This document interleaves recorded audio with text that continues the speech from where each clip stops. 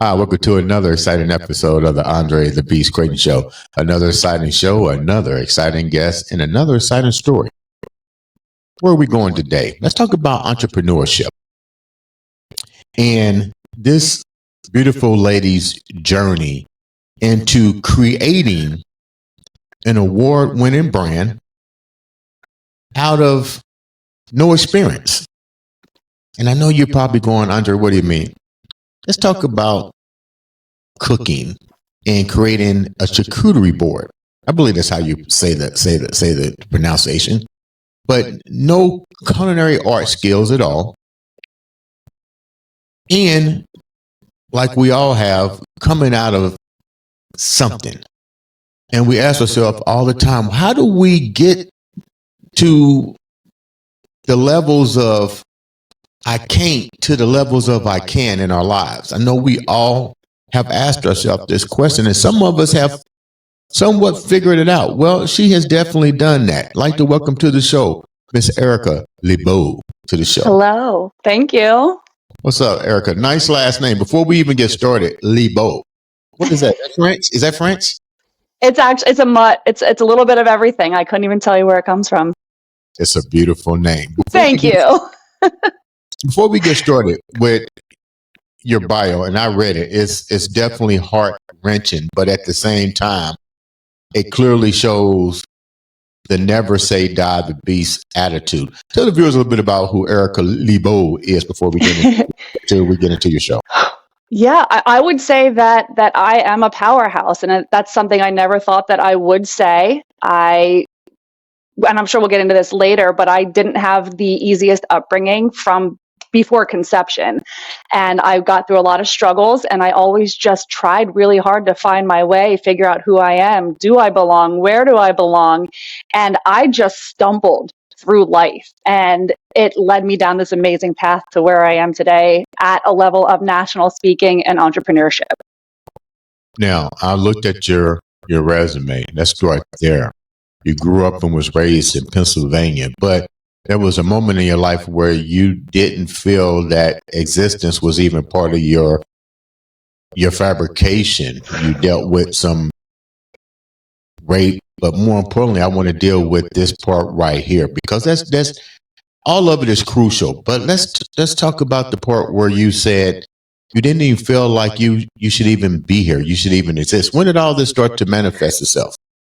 Honestly, I would, as young as I can remember. And that's because my story, I didn't have two loving parents who came together and created a family. My mother was 17 and was raped at a party in her basement. And that was how I was created. And I come from a very open family. They never hid that from me. My entire life, I knew that my dad didn't want me and that I was a mistake. And when you have that mindset your entire life, you're just constantly trying to prove that you belong on this earth, that you belong in relationships, you should have friends, and your entire life is just trying and just you just want people to see you, and you just want to prove that you do belong here. And it took me, I would say, until my mid-30s to finally come to terms with that I do belong here, that I am a miracle. My mom decided to keep me for a reason, and I'm here, and I am doing everything I can to make a difference, a positive difference in this world. And I want to impact others who have these same feelings, who came from nothing or who feel like they're a mistake, and let them know you are not. If you are here on this earth, you are not a mistake. When did your mom or your family decide to let you know what had happened to you, that you was a product of a rape situation? Mm-hmm. Like, what age were you when that was revealed? I would say elementary school. I was very, very young. Not that I understood really what that meant, but I was told the story that when I was born, the man who my mom, because she knew him, And she told him, you are this child's father. I was always told. He came into the hospital room, took one look at me and said, that's not mine, and walked out. And that has been my forever story. Now, at that time when I was 3, 4, 5 years old, that was the extent of it. It wasn't until I would say probably like 10, 11, 12, when you start learning about the birds and the bees, that I was introduced that it was more violent than I initially knew. When did it really become? Well, I'm pretty sure all of it was a struggle, but at that age, like you said, you don't know what it means. You're not going to pick up the Webster's dictionary and talk about it.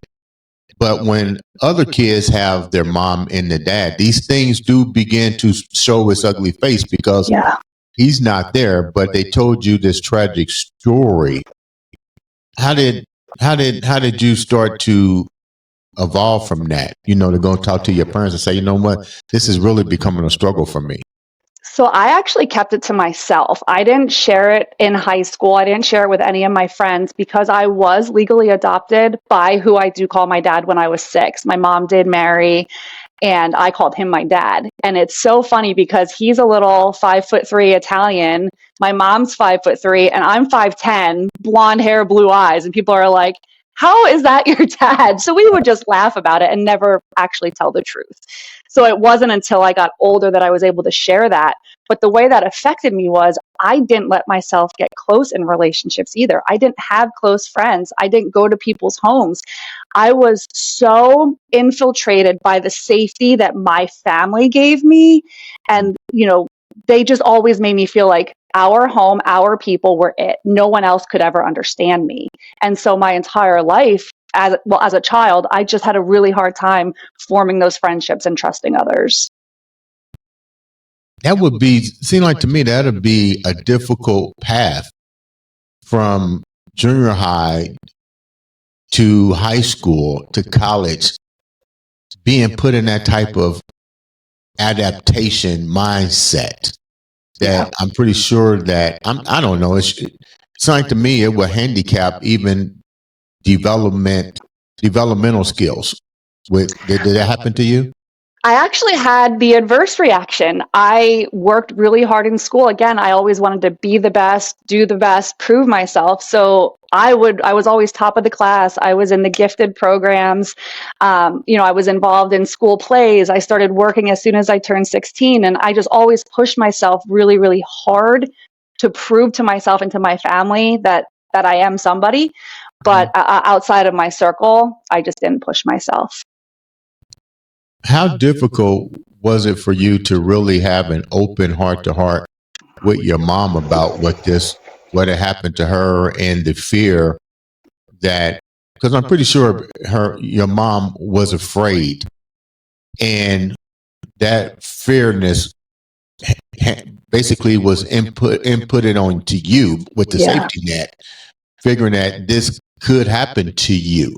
How much of her pain was released onto you that you had to move away as well? Because it's really your life now. Not saying that couldn't happen to you, but you're carrying around her pain. And part 2 to this question, did she ever get closure or help with that? No, she didn't. And actually, her and I, we don't speak anymore. And it stems back to the fact that I actually met my biological father about 15 years ago. And when I told her that I found him and I met with him, our relationship instantly changed. I don't think that in my mind, I realized the hurt it would cause her, just because I had so many questions. I needed to know who this person was, where I came from, his family, his health history. Like, I needed that for me, but I never took her feelings into consideration, that this would be opening up this wound that has been healed for over 30 years, and so I think that was started the downfall of our relationship. But prior to that, in school, I had very early curfews. I was, I had a boyfriend in high school, and I had to be home. I was a senior. I was 18 years old and still had to be home by 11 p.m. And so we had some hostility in high school as well, that I did move out. I moved out and lived on my own the week after I graduated high school, just because I needed some freedom. And you actually just made me realize that could be why she was so hard on me growing up, was because she didn't want that to happen to me. And I never thought about that before. Let's go back a little bit. And I'm sorry for the fact that you and your mom have lost that level of communication. But with that taken in mind, I know you've probably done some deep searching here. Yes. What is her mindset now? Because you've opened Pandora's box that have been a secret. Here's a dude. Here's a man that walked in. I always tell people there's two sides to every story.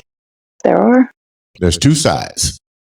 There's the perpetrator and there's the person that the act of the violence has been put on. I'm not condoning it in any way, shape, form, or fashion, but there's still two sides to every story. You heard your family side for so many years, all the way up to probably past your 18s in college. And now here's a dude that makes perfect sense. You know, you have your own life. You need to know who this person is for even health reasons.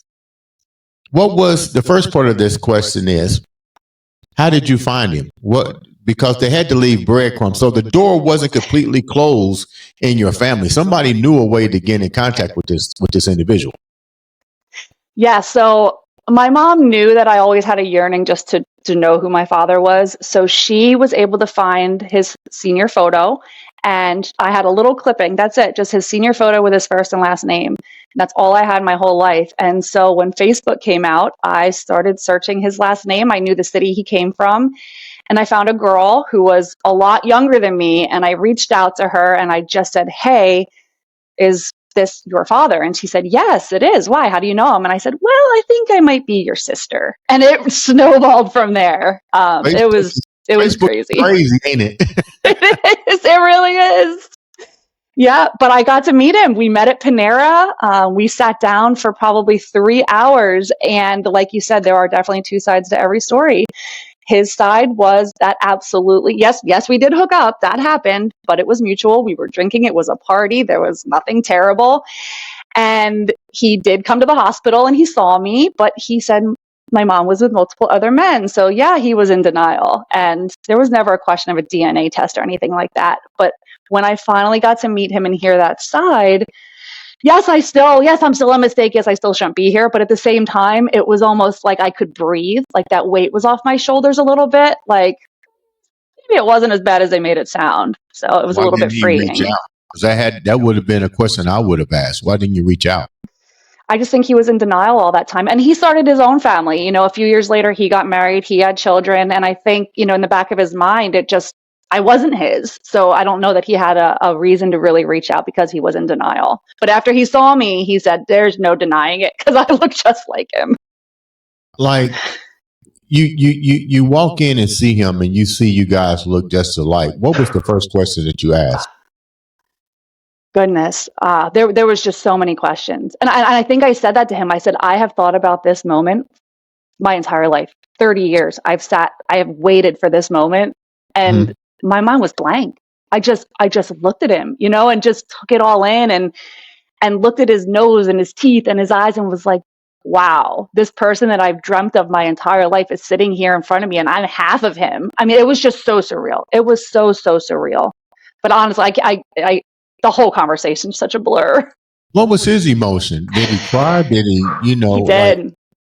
He cried. He told me not necessarily that he had regret, but he felt sad for me. He felt sad that I had to live my whole life without him as my father.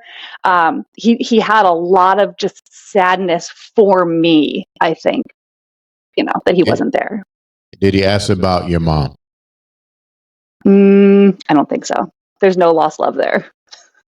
So let's move back a minute. Sure. There's a disconnect, unfortunately, between you and your mom because we all have to live and come to grips with our pain, and we have to figure out our individual courses on how we get out of it. Evidently, your mom haven't got out of it. Your mom created the story that took place. He created the story that took place. Now it's up to you to decipher the two. But the bottom line is your mom raised you. Yeah. Your new stepdad adopted you. Mm-hmm. Have you ever really put yourself down that all this happened in her shoes for a moment to understand that what happened is her story, and it may not ever change. But you open up Pandora's box for her that she never wanted to be open. Whether she probably said, "Well, now you know. Now, whose side whose side are you going to believe? How are you going to deal with this moving forward with your mom? I know you don't want that relationship to just filter. You already missed out on your biological father. Now you're about to lose out on your mom because of something that happened when they were both young individuals. Yeah. Yeah, it's definitely a shame. I mean, as we all got older, there were other instances that I saw in my mom that I didn't necessarily agree with. A lot of narcissistic behavior, and I don't want to throw her under the bus too much. But she's in California. She's living her life now, but she's completely alienated from the entire family, with the exception of my one sister. How was that relationship with your one sister? Does she understand what happened with you and the newfound your father and so forth? How is she? Because that's really maybe your only link to helping bridge the gap. What's that relationship like with you and your sister? We're pretty close. She also lives in South Carolina, so we're not physically close, but we have a decent relationship. She still talks to my mom. She still talks to me. But when we talk, I don't talk about my mom. So, we're pretty close. And we look at each other as sisters. She's only a half sister. She's my adopted dad's daughter. So we're half siblings, but we look at each other as full siblings. How close are you and your father now? I mean, you guys still have a close relationship now? The guy that you just met, your biological father. I tried really hard to maintain a relationship. He would visit Pennsylvania every Christmas, and we would try to connect, and it just didn't really stick. We just never bonded. We tried, but it just wasn't there. So I'm at peace. I did get to know him. I follow my half siblings on his side through social media, so I still get to see them, but he and I don't have a relationship either. Now, I'm pretty sure you said he's moved on and married and so forth, but have you shared your journey with your father with them on the story that everything that happened to you, or have they asked, or you just decided to just allow it to just not even enter into his new family structure? Yeah, I didn't. I met two of the girls. I met his new wife, and I didn't get into any kind of detail. I don't know what he told them. I don't know what the story was, but I didn't feel like it was in my place, so that I didn't share any of that with them. Let's move forward a little bit. You wind up becoming an entrepreneur with charcuterie boards. Yes. No culinary art school, nothing of that sort. What were you doing prior? Let's just go back a minute. What were you doing prior to coming into the entrepreneur part of doing charcuterie boards? What's your occupation? I'm a side hustler. I'm a side hustler. I want to make money. And so I've always, whether I had a full-time job or part-time job, I've had 3 jobs. I've always tried to create something. I had a mascot business, a face painting business. I do whatever I can to make money. But when I came up with the charcuterie business, that was actually out of desperation. I was in a job that I was epically failing at. The only job I've ever had, I knew I was failing at.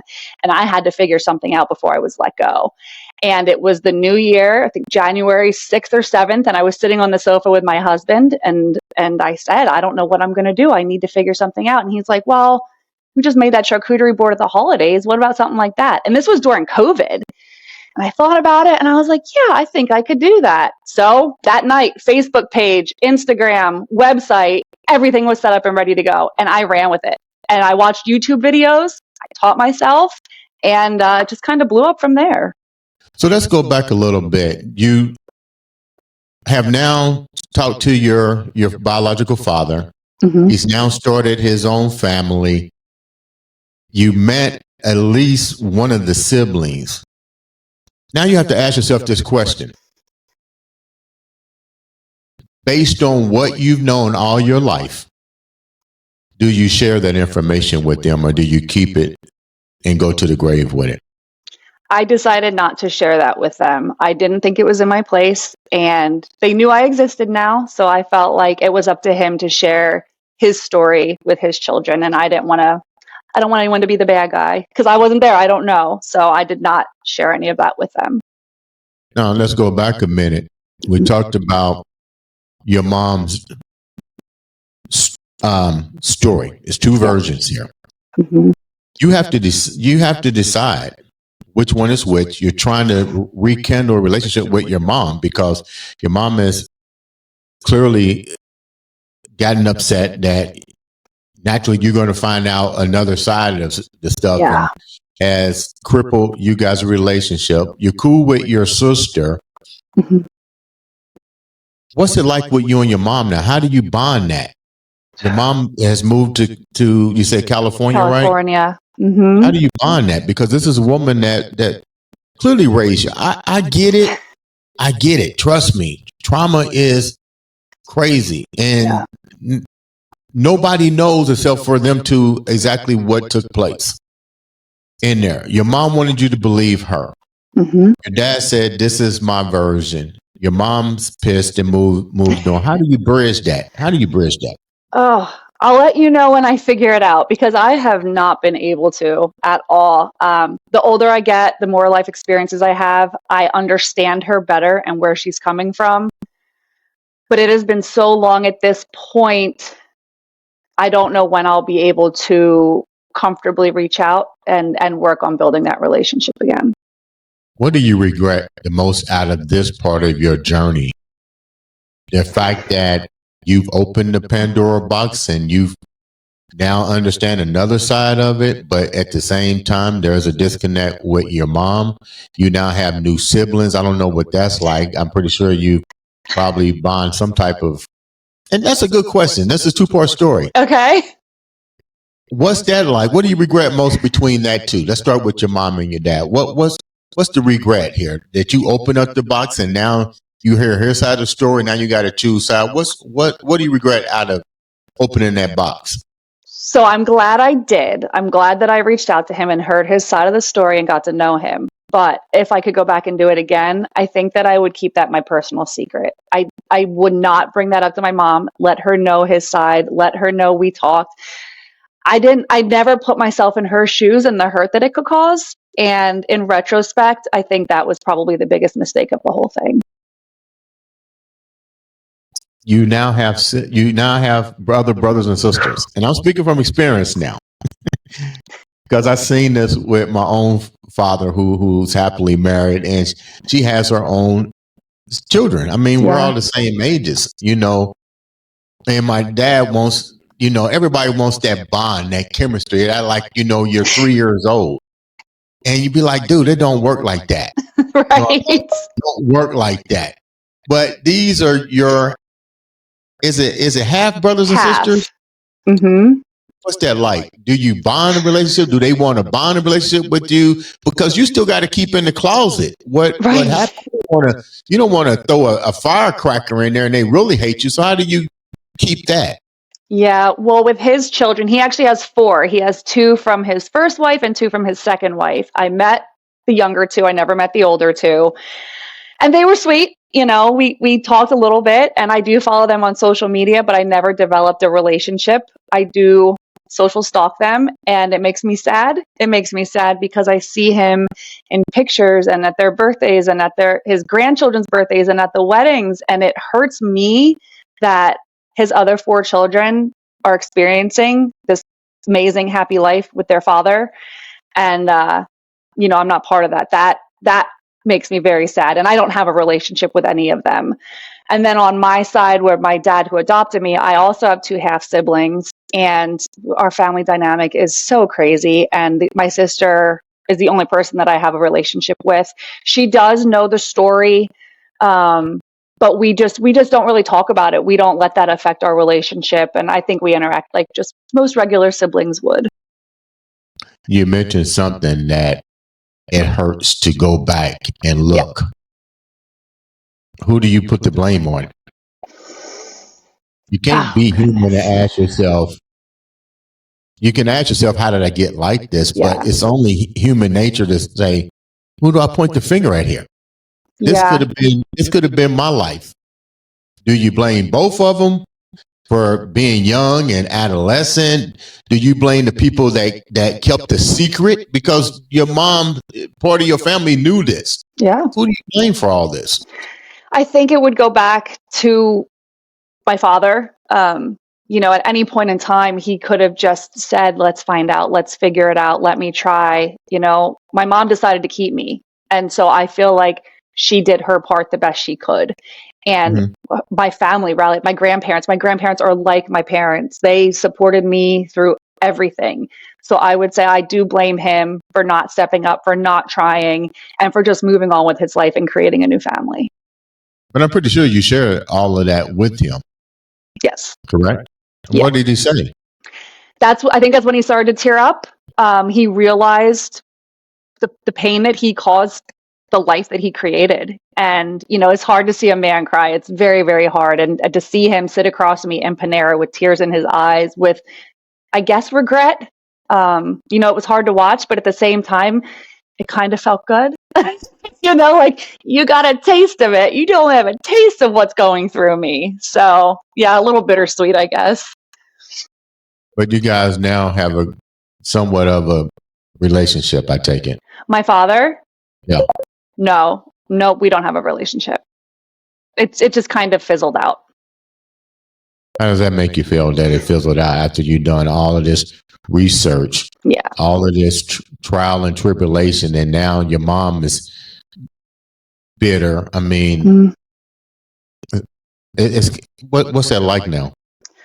It hurts because I have 3 children. And now they have this grandfather that they'll never know. They have these aunts and uncles that they'll never know. And so that makes me sad too. It's not even just about me anymore. It's about this family that I've created. And it's so hard when I have my biological mother and father who I don't speak to. And my closest parent is the man who adopted me when I was 6 years old.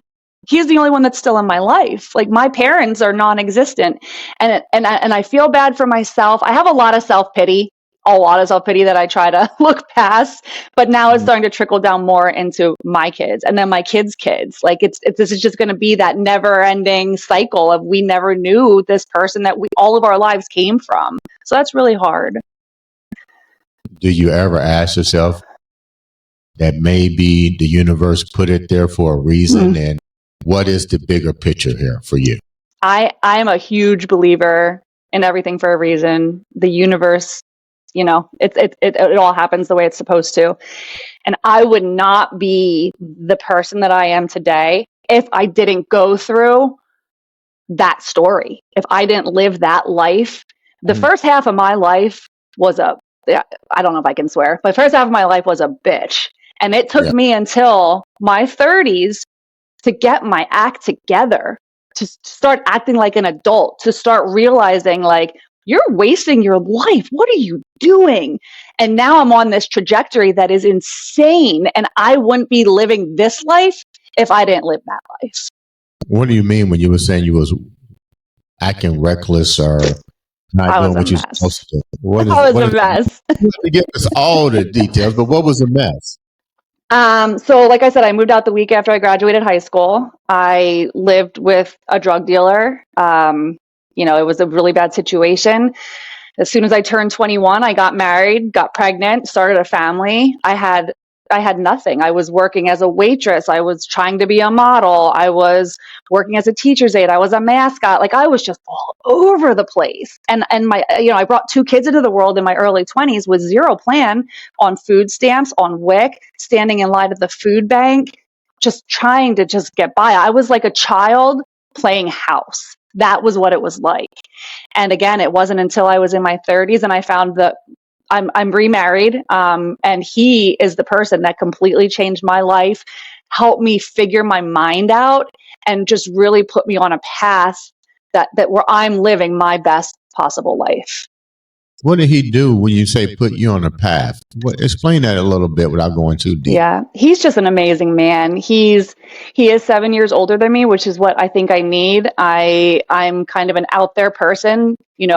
I'm the same person here that I am at work, that I am with my friends. I'm always the same person. And that person's a little out of control sometimes. I don't have a filter. I'm loud.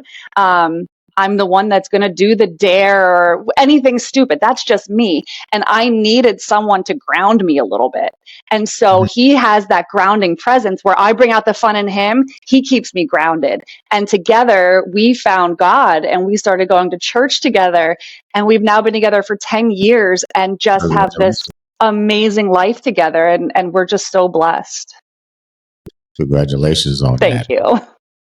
Now, let's go to a lighter side. Okay. Speaker, and more importantly, an entrepreneur. Yeah. Serious entrepreneurship.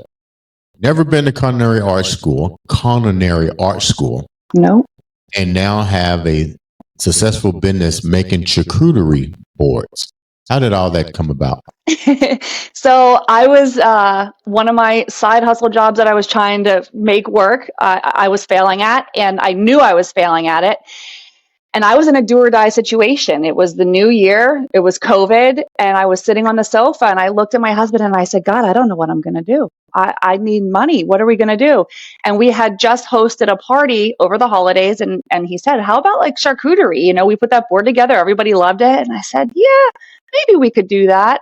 And just did a little bit of research, seeing what was around. That night, I had my Facebook page, my Instagram, my website, and I was up and running. Never made a charcuterie board outside of what he and I did for the holidays, threw some stuff together. And self-taught myself on YouTube, and it blew up from there. How long have you been doing it now? How long has the new business been running? 3.5 years.